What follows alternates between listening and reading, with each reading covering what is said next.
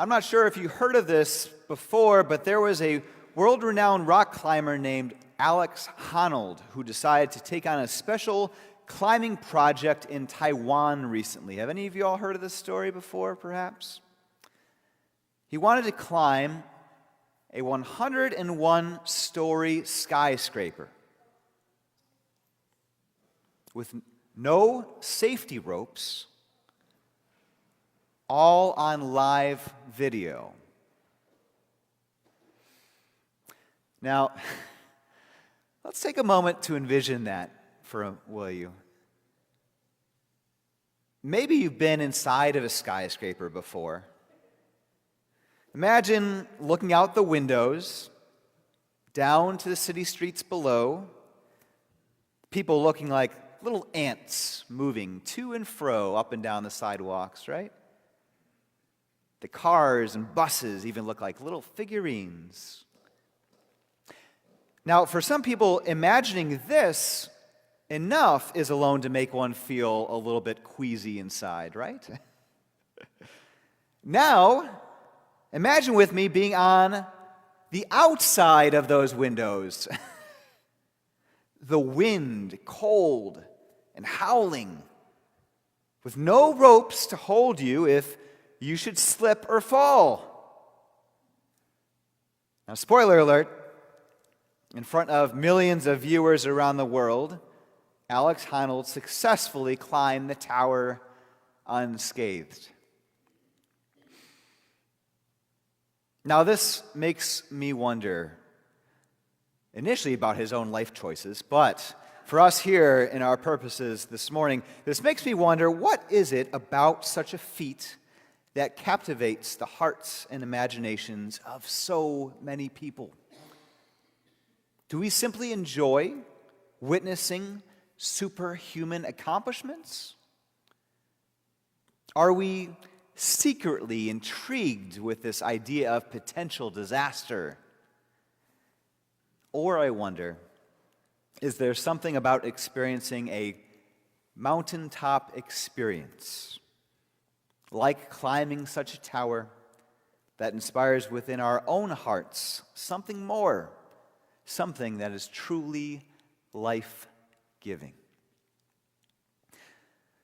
The mountaintop experience is something that each of us celebrates in our own way. For me, as one who hikes up literal mountains for sport and as a hobby, I can tell you that there is something unique about reaching the top of a climb and feeling the sense of exhilaration and accomplishment, of joy and peace on the summit.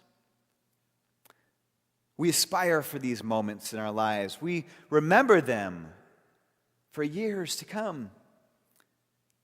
Now, not all mountaintop experiences are literal. Just last week, we reflected on the mountaintop experience of football players winning the Super Bowl. Sometimes we climb literal mountains, or towers in this case.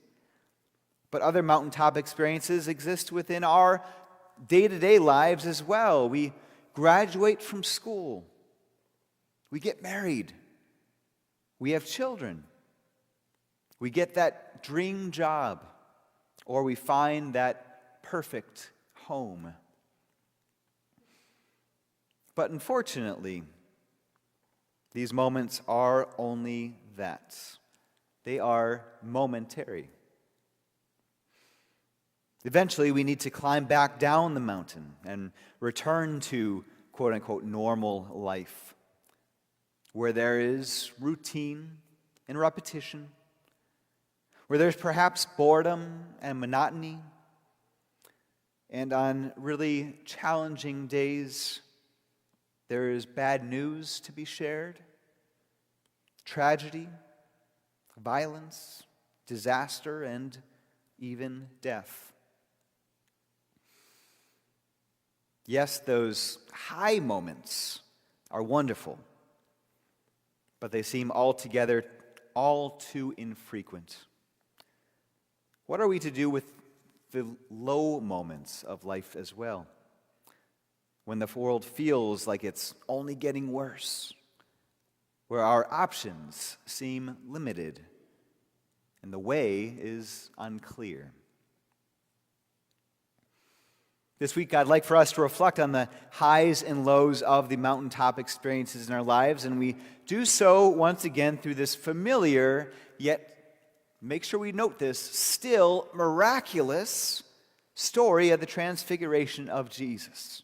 And so let's get back to Matthew's gospel once again. We're in chapter 17 here again this morning. If you'd like to follow along your pew Bibles, you're certainly invited to do so. What do we know up to this point in the gospel story? Well, let's do a little bit of a recap here. We know that Jesus and his disciples continue to minister and to travel throughout this region of Galilee, and eventually they will make their way to the big city of Jerusalem, but we're not quite there yet. We know that in the preceding chapter, Jesus asks his disciples who people say that he is, where one of his disciples, Peter, states that Jesus is the Messiah.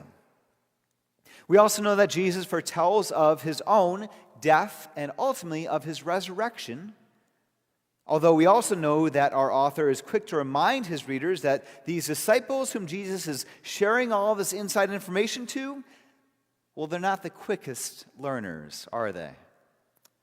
And then after a few days, 6 days to be precise, according to Matthew, he shares with us this momentous story taking place on top of this mountain. Jesus takes a few of his inner circle of his disciples and heads up to the mountaintop to pray. Now, we talked about this in Bible study. This is known as Mount Tabor, which is just within the southern region of Galilee, about 60 miles or so north of Jerusalem. The particular mountain itself is perhaps not the most important to be reminiscent of, but rather what happens on top of the mountain, which is the focus of our story here this morning. We know that some miraculous things have happened on top of mountains before. Think about some of those things throughout the scriptures. We've got Abraham, who binds Isaac on top of a mountain where eventually he's met by God to release him. We are reminiscent of the story of Moses, who goes up on top of the mountain where he sees the the flame. He sees the fire where he meets God face to face. It's also on top of the mountain where Moses will receive the 10 Commandments later in life.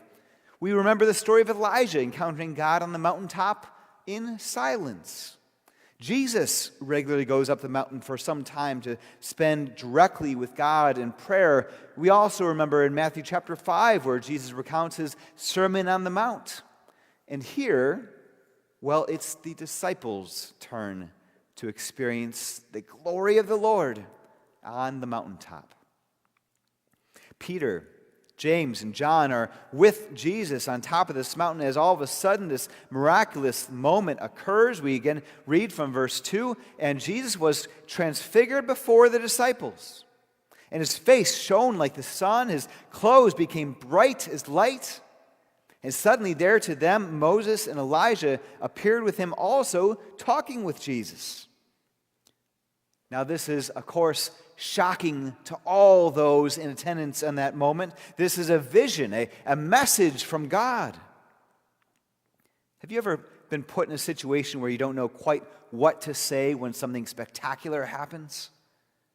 I think that's what happens with these disciples. We get Peter wishing to mark the occasion, but not knowing quite what to say, so he suggests that they erect some sort of shelter or tent or some temporary home to put these beings in where they may reside, perhaps forever, who knows?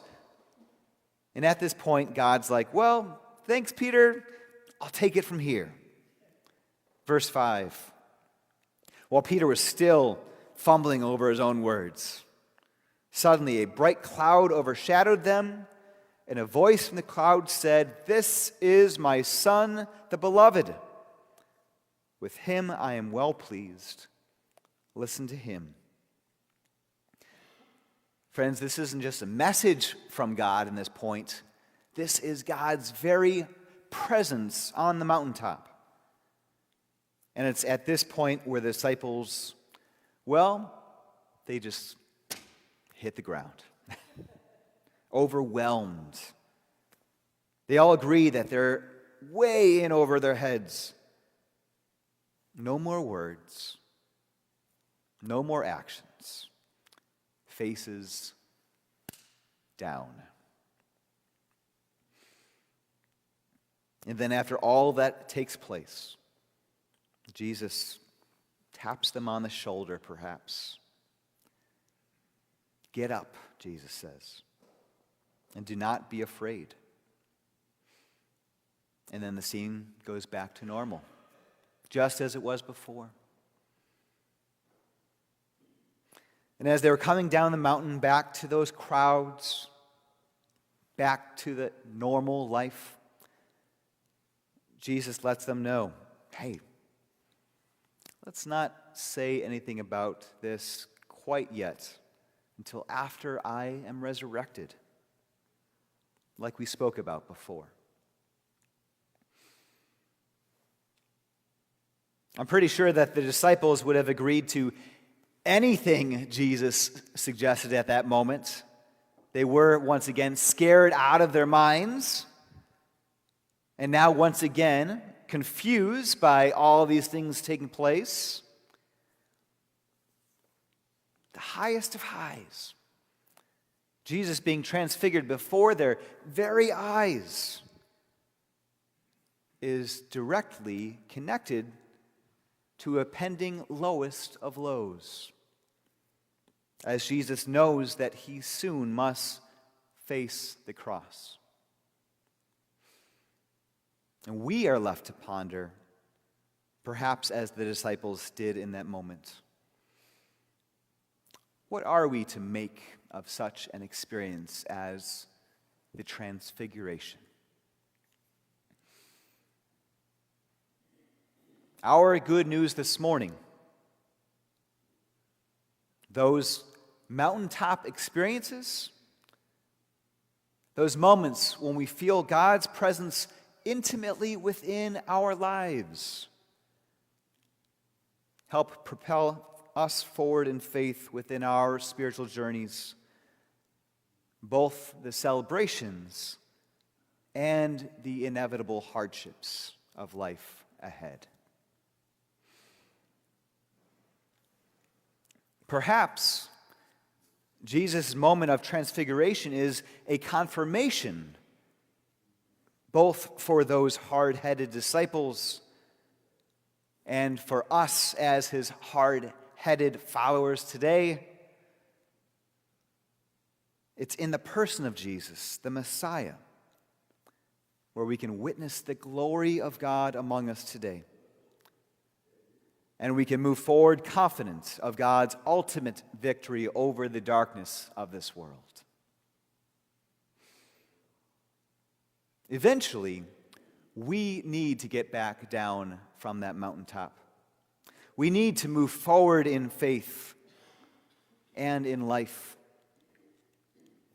As we make our spiritual journeys during this season of Lent, when times inevitably get dark and tough as the world continues to evolve as we are, we know that in Jesus we see God's light.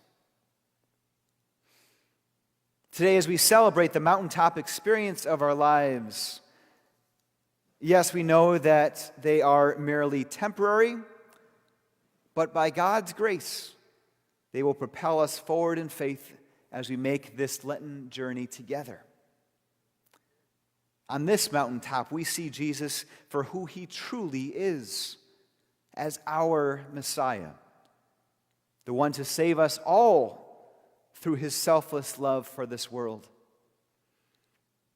And we look to the right and to the left of us. We also see that we are not alone, each of us here,